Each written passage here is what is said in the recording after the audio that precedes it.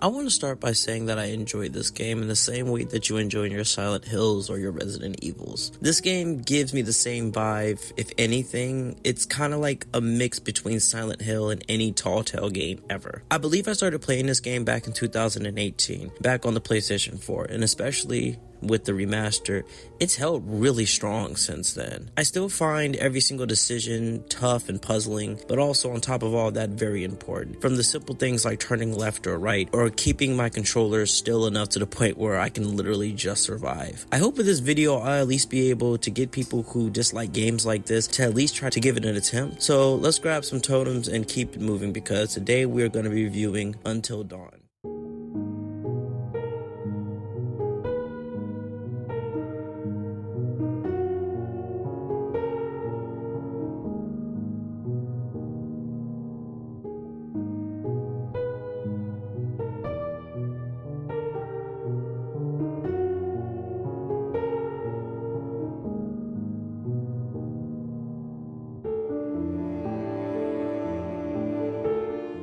Until Dawn was developed by Supermassive Games, which was founded by Pete Samuel in 2008, who previously worked at EA but turned around to sign a contract with Sony for their second-party development options. At this point, they were working on DC packs for Media Molecule and Little Big Planet, and other games utilizing the PlayStation's Move motion controller. And this move was so successful that it was literally posted within the first year. They made 5.7 mil in 2011, and in 2012 they partnered with BBC to release the game Doctor Who: The Eternity Clock, which was supposed to be a trilogy but was cancelled after the first game was poorly received by fans and critics. Now, when it comes to Until Dawn, it actually wasn't planning on being successful originally. It was supposed to be a PlayStation movie title through all motion controls, but had to be reinvented to become a PlayStation 4 game. I have to say that I enjoy Until Dawn. This game takes place in the Backwood Mountains with 2 cabins and a mining system under it. And shockingly, this place actually has a lot of history. It's hard to explain, but just to sum it up, it's like playing a Telltale game where every decision you make greatly matters, and you can see every single effect throughout the game itself. From every decision, like I said before, from a left to a right, all of it is very critical. Within this game also, we follow 8 characters, and I'll sum up them to the best of my abilities, at least from my 4 gameplays coming through.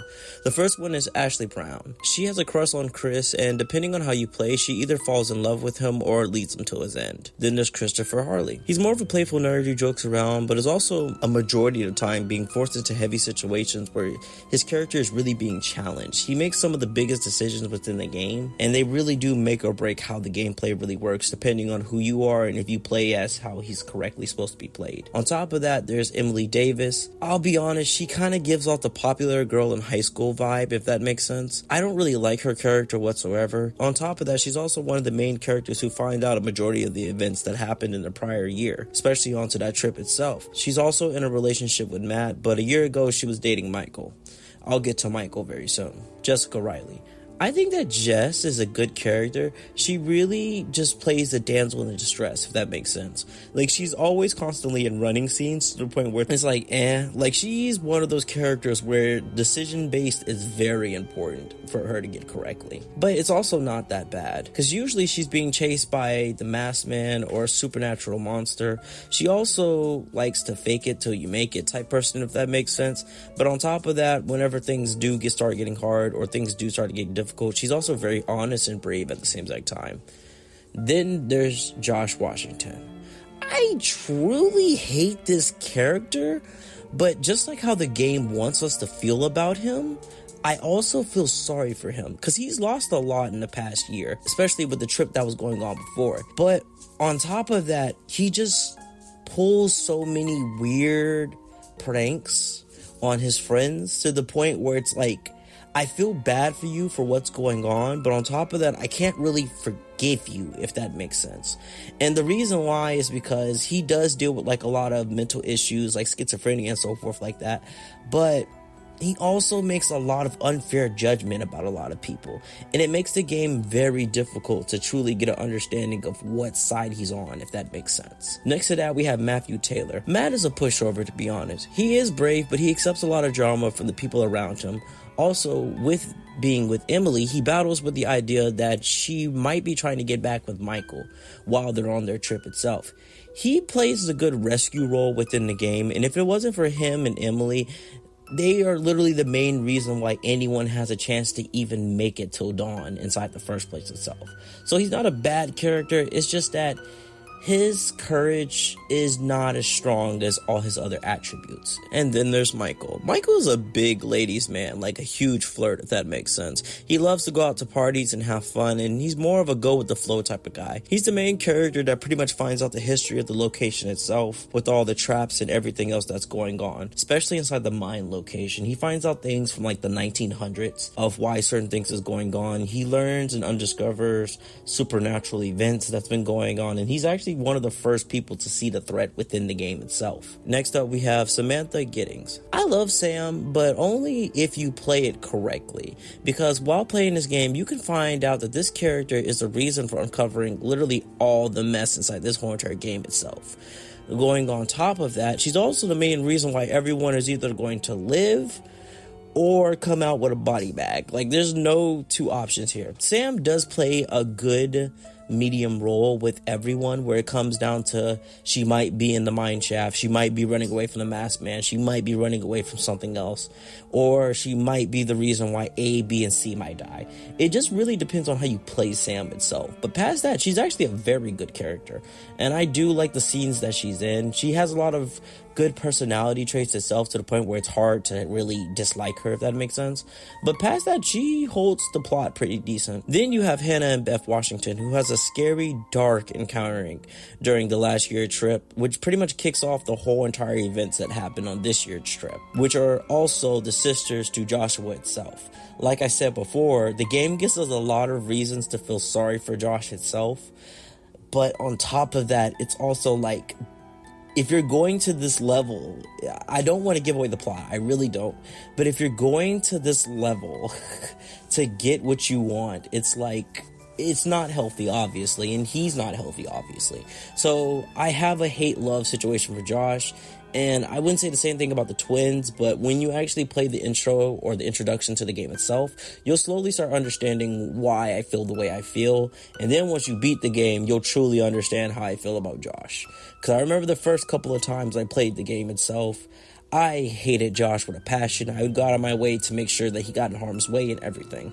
But after playing it, reading all the notes, seeing all the pictures, getting all the hints, totems and all, you slowly start figuring out that no matter how much you dislike him, you kind of just have to make it work. I would say also that the main threat inside this game is a number of different things, like monsters and the people that you work with. But on top of that, the main key thing that's actually a threat to this game really is just the player itself. Like I stated from the beginning, if you make one wrong decision or one missed quick time event or just mess up one type of motion play, I promise your whole rest of your gameplay can be a complete nightmare all the way around. But on the other hand, if you play this game correctly, you could still have battles against falling buildings, the wildlife, or just dumb characters making decisions on their own without your actual input whatsoever, which is understandable. But the most biggest problem really inside this game is the supernatural things that bump inside the night, that usually come to pick apart each person within the party one by one until there's nothing left. Now, the gameplay is smooth. It truly does have a feel like you're playing a game where you're switching around like GTA 5, but also moving around like it's The Walking Dead. It really feels like you're in complete control at every single step, especially when it comes down to getting the information, the reactions, how people feel about certain situations, or just dictating certain situations itself. It feels like whenever you mess up in the game, it's not the game's fault or the developer's fault. It truly just always feels like it's your fault if you messed up, because you could have been a little bit quicker.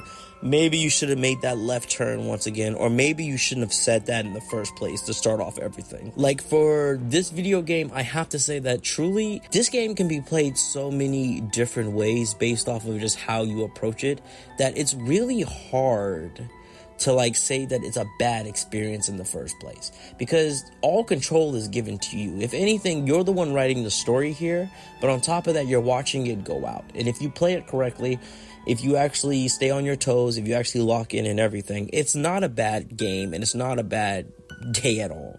But if you play it like how I played it the first time, you can either kill every single person within inside your group without even knowing, or you can slowly pick apart each person inside your group while they all divide off into different sections. That's why I would say, in general, you have to truly know what you're doing when it comes around to playing this game, or at least pay attention. But I also will say, with all that, when it comes down to the searching the environments for totems, or the quick time events, or the controller movements, it's a perfect blend of controllers that give you the correct amount of movement and structure to the game itself, and I do have to get an applause for that. I do actually favor the art style when it comes to the remastered edition. All the characters look really good, actually. I remember when I was playing it the first time on the PlayStation 4, it was decent. I enjoyed it mainly because of the gameplay itself, like I stated before, with the controls and everything like that, and the plot, but especially with the remastered edition, and now that I actually have a new up-to-date PC and everything like that, the game actually comes off really nice when you up the specs and everything. Like before, it just felt like you were playing a Telltale game, but now it feels like you're literally playing a game with people that you're actually having to deal with. It's hard sometimes to truly tell the difference between being within the game itself and you just sitting there playing it, because you can easily get sucked into this game and start thinking to yourself, why did this happen? Why did this happen? I should go back and fix this, or oh, I should just keep moving on and see what happened. This happens a lot more times than you think, and especially with like the dark woods, the dark scenes, the cavern, the cave system, the mining system, everything that comes along with it, even down to like the creatures and the supernatural events itself.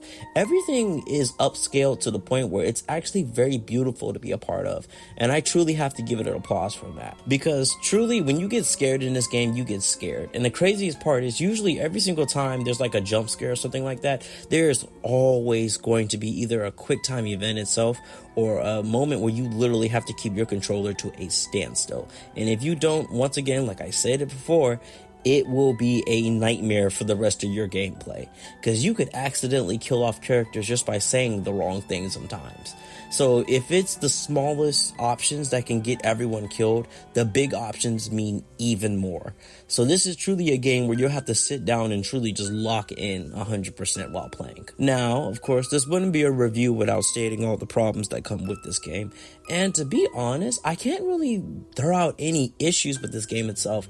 The one thing I will say is I do wish there was a part 2, but then again, I don't think that it actually would work with the plot. I do believe they have been working on a second one. I haven't really researched that one yet. I've only been doing research on this game itself, and I've only been playing this game itself. But I do believe that, at least to some degree, if they had a second part and they knew how to like weave it in, like maybe like a prelude where it's like the intro chapter, where pretty much you play the game the first time, but from the first time of the event a year back, where like you still have the twin sisters and everything like that for like the second game, that would be nice. Or if there's like a continuation where it's like maybe one character did this or maybe one character did that. But since the whole game is pretty much broken down into decision based, it's going to be really difficult to continue the story from then on, because it wouldn't feel realistic if like they forced one character to stay back on the mountain, but like when you played the original game, you got everyone to leave,